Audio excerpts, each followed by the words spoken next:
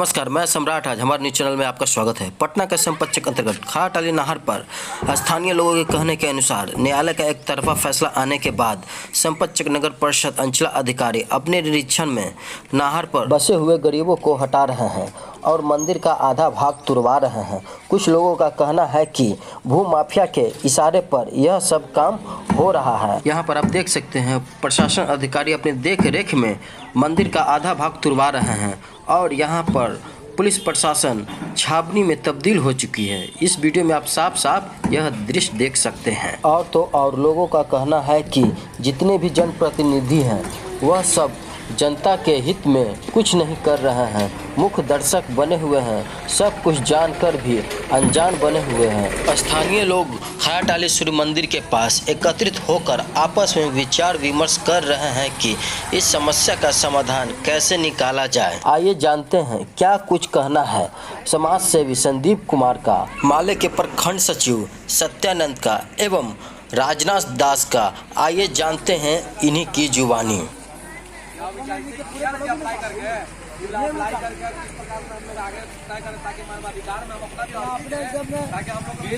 शुरू से लड़ाई करना पड़ेगा। अगला बड़का लड़ता है, हम लोग चुपचाप सुतल रहते हैं। दारू दे देता हम मुर्गा देता हम लोग सुतल रहते हैं।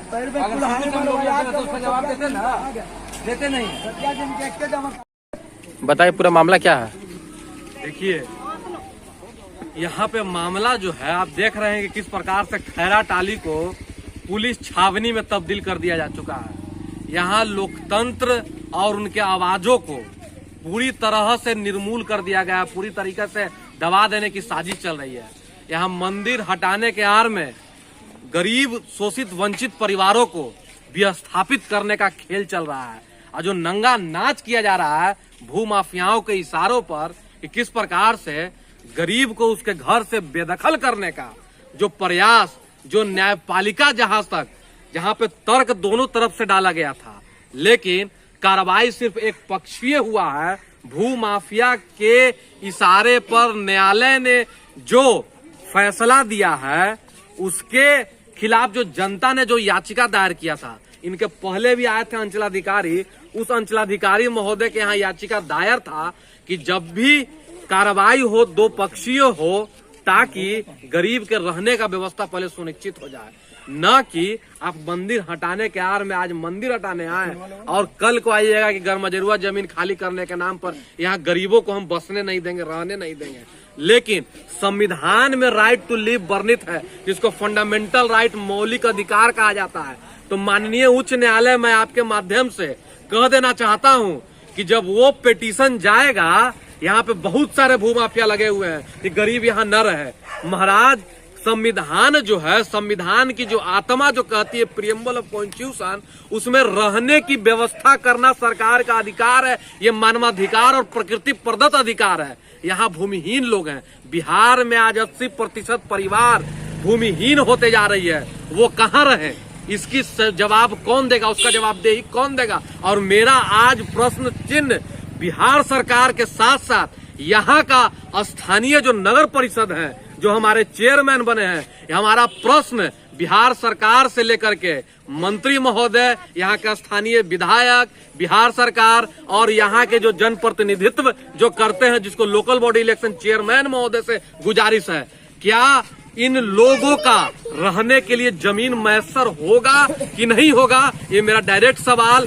है बिहार सरकार से कि आप व्यवस्था कराइए, नहीं तो आंदोलन को मजबूत किया जाएगा। आप इस प्रकार से गरीबों को शोषित करते रहिएगा और हम हाथ पे हाथ धरे रहकर बैठते रहेंगे, ये हम कतई मंजूर नहीं होने देंगे और कतई ये बर्दाश्त के काबिल नहीं है, क्योंकि ये आपको संविधान निर्देशित करती है और संविधान के अनुसार चलना आपका कर्तव्य है। और अगर आप कर्तव्य से विमुख होंगे तो आपको उस कुर्सी पर बैठने नहीं दिया जाएगा। उसके लिए आंदोलन को मजबूत किया जाएगा, क्योंकि असली नेता वही होता है कि हर परिस्थिति में, किसी भी परिस्थिति में जन के पक्ष में खड़ा रहे। इसलिए प्रेमचंद का एक कहानी था, उस कहानी में कहा गया था कि हम बिगाड़ के डर से ईमान से समझौता करने वाला आदमी नहीं है। याद कीजिएगा कि बिगाड़ के डर से, और अगर बिगाड़ के डर से पता चलेगा कि ईमान से समझौता करने वाला अगर कोई भी तरह का है तो उसके खिलाफ जनता कार्रवाई करेगी, क्योंकि अंतोगत्वा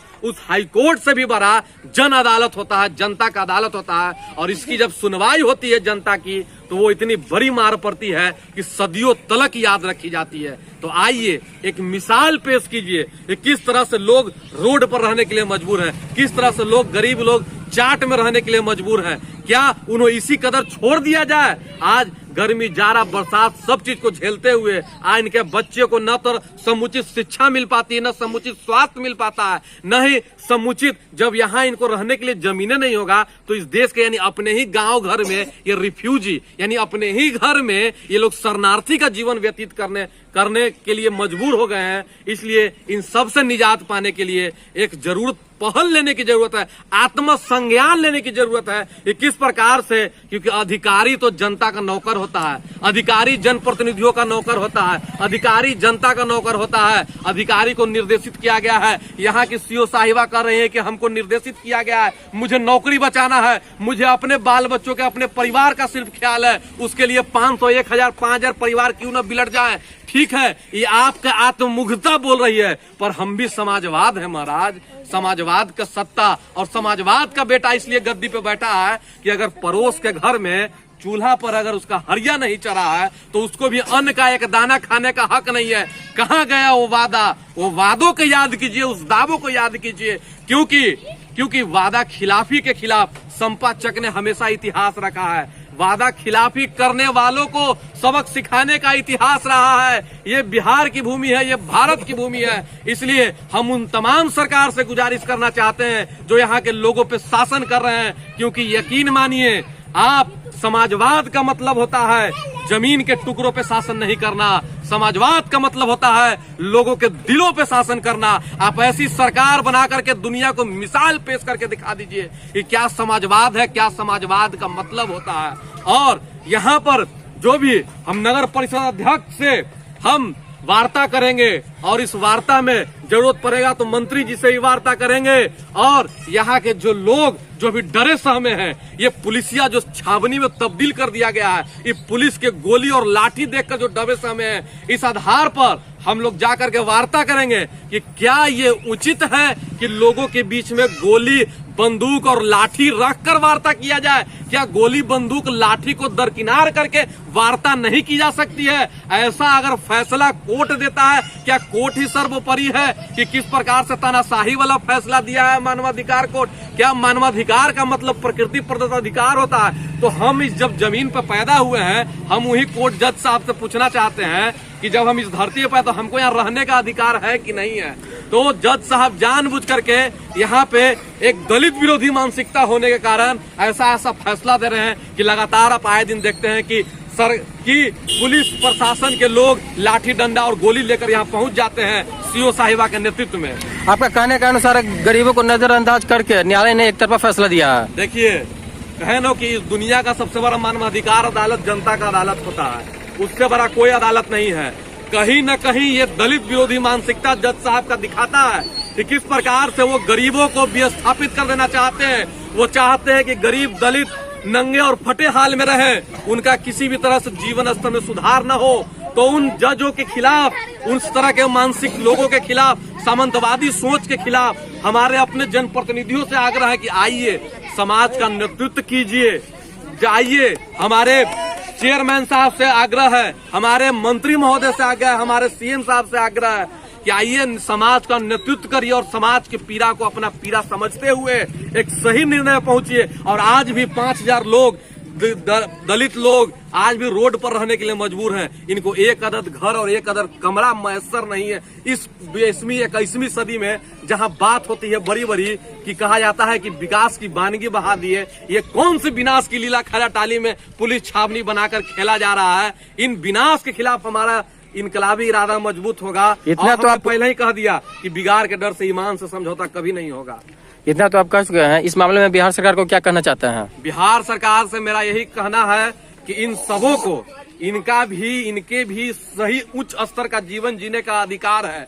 इन सबों को ऐसी व्यवस्था की जाए, 5000 लोग जो बसे हुए हैं, ताकि इनके आने वाला पीढ़ी को बार बार पर्चा दिखाना न पड़े। इनके पर्चा आधारित जमीन दे दीजिए ताकि ताकि ये लोग बच सके, इनको रोजगार दीजिए, इनके शिक्षा से, ताकि ये अपने गांव, अपने घर और अपने राज्य में शरणार्थी वाला जीवन जीने को मजबूर। आप घर चारों तरफ उठा के देख लीजिए किस तरह से फूस का घर है, ये किस तरह शरणार्थी कैंप में कभी गए हैं क्या? ये अपने ही गांव, अपने ही राज्य में शरणार्थी बन गए हैं। इसलिए हमारा सीएम साहब से आग्रह है कि इन्हें शरणार्थी वाला जीवन जीने मत दीजिए, इनके गांव में अपने होने का एहसास कराइए। इनके पर्चा आधारित जमीन इन लोग के बीच में जल्दी जल्दी जो 3-3 डेसिमल का वादा किया गया है वो वितरित कराइए, कागज के सहित और कब्जा सहित, ताकि फिर इनके आने वाले पीढ़ियों को बार बार पर्चा न दिखाने पड़े। इस तरह से खैरा टाली को लाठी, गोली, डंडा वाला छावनी में तब्दील करके इस प्रकार से परेशान न किया जाए और कोई सीओ आकर के इस प्रकार का धौंस न दिखाए कि हम यहाँ का अधिकारी हैं, जो चाहेंगे जो तोड़ देंगे, जो चाहेंगे जो फोड़ देंगे। इसलिए हमारा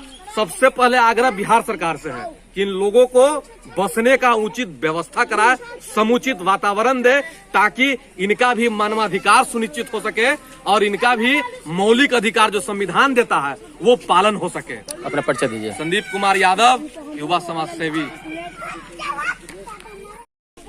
बताइए इस मामला पे आप क्या कहना चाहते हैं? इस मामले में कल जो एक जन सुनवाई था खैरा टाली नहर वार्ड नंबर 11 में, जिसमें अंचलाधिकारी, यहाँ के नगर परिषद अध्यक्ष शामिल थे और लोगों को आश्वस्त कराए थे कि हम लोगों ने जो पूर्व में अंचलाधिकारी का नापी किया गया था उस जमीन का, और नापी के बाद वो नापी उनके पक्ष में नहीं था, यहाँ के गरीबों के पक्ष में था अंचलाधिकारी का। इसको लेकर के आज यहाँ जो भू माफिया, जमीन माफिया हैं, रामजी सिंह, जिन्होंने DCLR के पास माने लेन देन कर करके और वहाँ के अमीन के माध्यम से नापी कराते हैं और वो मानवा आयोग के पास जाते हैं। हम कहना चाहते हैं, आप मानवा आयोग के पास गए हैं, लेकिन मानवा आयोग का भी एक आधार है, एक अधिकार बनता है कि यहाँ के स्थानीय जो मामले हैं, जिस तरीका से मंदिर की आड़ में और जितना भी उनका आज जो भू माफिया, खास करके रामजी सिंह का जो मार्केट बना हुआ है, हम मानवा आयोग से ये गुजारिश करेंगे, यहाँ के बिहार सरकार के से गुजारिश करते हैं कि अगर आपके अंदर थोड़ा सा भी नैतिकता है, अगर थोड़ा सा भी अगर ये संविधान का दायरा को देखते हुए गरीबों के प्रति अगर थोड़ा सा भी अगर नैतिकता है, तो आप अपने स्तर से ऊंचा स्तरीय जांच कीजिए। और आज यहाँ जो जिस तरीका से नगर परिषद क्षेत्र में अगर कहीं भी अगर मार्केट बनता है तो नगर निगम से परमिशन लेना पड़ता है, उसके लिए वो अपने मार्केट में गाड़ी ले जाने लाने के लिए उनका अपनी जमीन छोड़ना पड़ता है। लेकिन आज हम मांग करते हैं कि नगर निगम के जो अधिकार क्षेत्र पड़ता है, वो नगर परिषद के अध्यक्ष, जिसे भी हम चाहेंगे कि यहाँ अपने स्तर से जांच कराएं और जो ये मार्केट बनाए हैं मनोगा ढंग से, और जिस तरीका से मंदिर के आड़ में आप देखे होंगे कि वहीं पे लिट्टी घोगनी के दुकान खोल करके कारू पासवान अपने जिंदगी बाल बच्चे को व्यतीत कर रहे थे, जिसको मैंने पुलिसिया दमन से अपने सामंती माफिया के इशारे पर वो जा करके पुलिस के बदौलत उन गरीबों को उजाड़ दिया जाता है, उनका घुघनी पकौड़ी के दुकान को तोड़ दिया जाता है, और ये सब मैंने गरीबों को विस्थापित करने का उनकी साजिश है। हम यहाँ के चाहेंगे कि स्थानीय विधायक, खास करके जो महागठबंधन के साथ हैं, उनसे भी मैं चाहूंगा कि यहाँ के तमाम लोग, गरीब गुरबे लोग आपको वोट दिए हैं, आपके अंदर भी एक नैतिकता बनता है कि अगर गरीबों का आपको विकास कराना है, गरीबों के अंदर अगर जानना है, तो आप अपने स्तर से आइए और खैरा टाली नहर वार्ड नंबर 11, वार्ड नंबर 15 में खैरा टाली से लेकर के सदानी चक से लेकर के डोमना चक तक तमाम गरीब गुरबे लोग बसे हुए हैं नहर के चाट में। उन गरीबों को सरकार ने कही है कि हम पर्चा देंगे, और यहाँ तक कहा है कि कल भी सीओ महोदय बोल रही थी कि बिना वैकल्पिक व्यवस्था के हम गरीबों को नहीं उजाड़ेंगे। हम उनसे कहना चाहते हैं, हम उनसे पूछना चाहते हैं कि क्या कारू पासवान कोई आपने कोई वैकल्पिक व्यवस्था जमीन दिया और उनको उजरवा दिया। आज भी उनका घर खुलेआम खुला है, उनका लिट्टी पकौड़ी का दुकान बंद हो गया है। हम अंचलाधिकारी महोदय से कहना चाहते हैं कि क्या यही आपके अंदर बात में दम है? तो इन्होंने अभी दिखा रहे हैं कि भाई हम क्या करें, वो ऊपर का आदेश है, मानव आयोग का अधिकार है। हम कहना चाहते हैं कि बड़े बड़े पूंजीपति, बड़े बड़े उद्योगपति का जो रुपया रहेगा तो वो कानून को वो ठिंगा दिखाते हुए गरीबों को उजाड़ देंगे, गरीबों को भगा देंगे और बोलेंगे कि गरीबों का कानून का राज चल रहा है। हम नहीं समझते हैं ये कानून का राज कैसा चल रहा है कि खुलेआम पूरा जो मार्केट उनका बना हुआ है, जो कैसरे हिंद के जमीन में बना हुआ है, वो आकर के अपने स्तर से ऊंचा स्तरीय जांच करावे। और नहीं तो हम लोग इसके खिलाफ ये जन विक्षोभ, ये जो जनता देख रही है, वो आप जो पारदर्शी बनाना चाहते हैं, जो गरीबों के सामने जो कह रहे हैं कि हमारा अच्छा सरकार चलेगा, हमारा अच्छा विकास चलेगा, इसको ये जो सैकड़ों हजारों लोग अपने आंखों से देख रहे हैं कि कैसे कानून को धज्जियां उड़ाई जा रही है, कैसे पैसे वाले माफियों के इशारे पर यह कानून चल रहा है। ये सब लोग सर्वविदित है, सब लोग देख रहे हैं। ये चुप नहीं बैठेंगे। कल आपके जब बात जनता के लेकर के आएंगे, वोट दीजिए, हम आपके लिए काम करते हैं, उस दिन आपको यही जनता सवाल पूछेगा कि जिस दिन कारू पासवान का उखाड़ा जा रहा था, भगाया जा रहा था, उस दिन आप कहाँ थे? मैंने और आपने कई लोगों को, 5-7 लोगों को आज भी आपने नोटिस करवा रखे हैं। वो चाहे विजयानंद पासवान हो, चाहे लखन पासवान हो, चाहे मेही पासवान हो, चाहे राम भवन दास जी हो, चाहे जवाहर शर्मा हो, इस तरीका से आपने नोटिस लगा के रखा है। और ये सब कहीं न कहीं भूमाफिया के इशारे पर है। इसके खिलाफ हम लोग आंदोलन करेंगे। और ये जो कानून का राज चल रहा है, ये गरीबों के लिए ये कानून का राज नहीं है, बल्कि ये कानून की आड़ में गरीबों के ऊपर आपने दमन कर रहे हैं। और यह तो न्यायालय का आदेश आने के बाद तोड़ा जा रहा है, इसके ऊपर क्या कहना चाहते हैं? नहीं, न्यायालय के आदेश से पहले अंचलाधिकारी ने नापी किए हैं। और वो नापी को अगर यही सच है तो अगर नापी को अंचलाधिकारी का नापी को सार्वजनिक करें। और जब अंचलाधिकारी ने नापी किया था तो वो नापी को क्यों नहीं रामजी सिंह ने माने, यहाँ के अंचलाधिकारी को धत्ता बताते हुए, और वो DCLR के अमीन को माना। अगर यही सच्चाई बात है तो ये सच्चाई बात नहीं है। इससे हम प्रतीत करते हैं, यहाँ के सब लोग कहते हैं कि अंचलाधिकारी के द्वारा जो पहले नापी की गई थी उसमें कारू पासवान का जमीन कैसरे हिंद के जमीन में बना हुआ था। वो जो आज जो गरीबों का एक आस्था रखने वाले मंदिर में जो लोग जाते थे, जो पहले लोग बोलते थे कि दलित गरीबों को मंदिर में नहीं जाने दिया जाता है, जहाँ हिंदू राष्ट्र कायम है वहीं पे दलित गरीबों को आज भी मंदिर में घुसने नहीं दिया जाता है। ऐसे गरीबों को लिए हिंदू राष्ट्र कायम करने का बात बोलते हैं, जबकि ये सच्चाई है कि आज भी खैराटाली नहर के महादलित परिवार के लोग वो मंदिर में नहीं पूजा करते हैं। इसके लिए वो दलितों का एक अलग मंदिर बना करके वो अपना आस्था रखे हुए, वहीं पे कई गरीब लोग बसे हुए थे, जिसको ये मंदिर को तोड़ने की आड़ में वो दलित को विस्थापित कर रहे हैं। और सरकार से, मानव आयोग से कह रहे हैं कि सर हम तो भाई न्याय का पालन करते हैं। तो जब न्याय के पालन करते हैं तो सबसे पहले उन्होंने जो भी कैसरे हिंद के जमीन को अतिक्रमण किए हुए हैं उनको वो तोड़ लेना चाहिए। और यहाँ जो अंचलाधिकारी मौजूद हैं उनसे भी हम चाहेंगे कि वो तत्काल वो ऐसे लोगों के ऊपर कार्रवाई करें। और इस तरीका से गरीबों को बरगलाने का जो कोशिश करते हैं कि भाई आप ऊंचा स्तर पर जाइए, सुप्रीम कोर्ट जाइए, हाई कोर्ट जाइए, वो गरीबों के पास क्षमता नहीं है वो हाई कोर्ट और सुप्रीम कोर्ट जाने का। ये सुप्रीम कोर्ट, हाई कोर्ट और कानून की बना करके गरीबों को ये विस्थापन करने का कोशिश कर रहे हैं, जिसके खिलाफ हम लोग आगे आंदोलन करेंगे। ऐसे ही चुप नहीं बैठ जाएंगे। अपना परिचय दीजिए। मेरा नाम सत्यानंद कुमार हुआ, भाकपा माले प्रखंड सचिव संपत। एक बात बोल सकते हैं हम, यह है हाँ, क्या कहना चाहते हैं, बोलिए। बोल ही रहे हैं कि जैसे के लिए, लेकिन मेरे समाज में हम लोग के साथी लोग जब इलेक्शन के समय आते हैं तो वो गुंडे जो साथ है 50,000 25,000 पैसा लेके और हम लोग के समाज के फोड़ करके खिला पिला के मोड़ करके और वही गुंडा के जो है वोट दे करके हम लोग के समाज के गड़बड़ाते हैं। आज कहते हैं कि जो मेरा साथ होना चाहिए, समाज को साथ देना चाहिए, लेकिन सबसे पहले हम लोग को माले के हम लोग समाज को ये पकड़ना चाहिए कि हम लोग ये समाज में जो ये गलत करता है कि आता है इलेक्शन के समय, तब हम लोग के समाज के आदमी के फोड़ करके और पैसा खा करके हम लोग के व्यक्ति कर करके इन्हें सोने वोट गड़बड़ा करके हम लोग के इन्हें उन्हें करता है। आज ऐसा समाज है कि जो हम लोग के बोलने वाला कोई नहीं है, जैसे हम पन्नू बाबू है या फन्ना बाबू है, बात बना के चला गया, आज मेरे साथ में टूट रहा है कोई नहीं। अपना परिचय दीजिए। परिचय नाम हुआ राजनाथ दास।